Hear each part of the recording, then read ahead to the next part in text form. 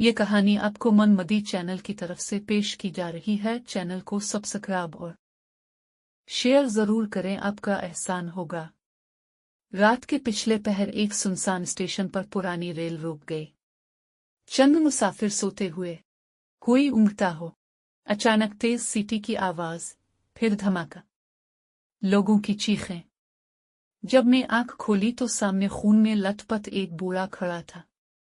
इसकी आंखें खाली थीं।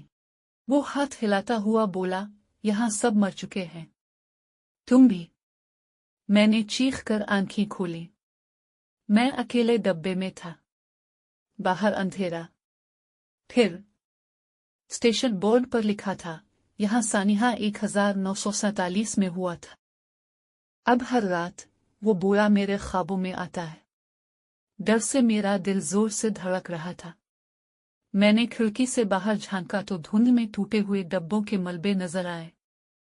किसी ने मेरे कंधे पर हाथ रखा।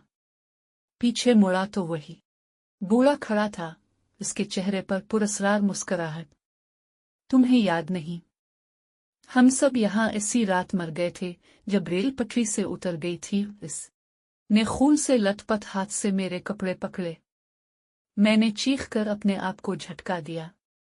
अचानक मैं एक और डब्बे में खुद को पाई जहां दर्जनों मुसाफिर थे, लेकिन सबके चेहरे पे लटे हुए, आंखें बेजान।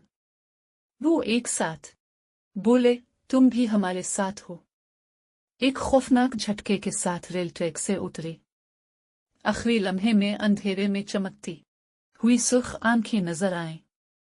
सुबह पुलिस ने मलबे तले जिंदा बच जाने वाले एक लड़के को पाया जो बार बार चीख रहा था। वो अब भी ट्रेन में है। बाद में पता चला कि यही हादसा हर साल इसी तारीख को होता है।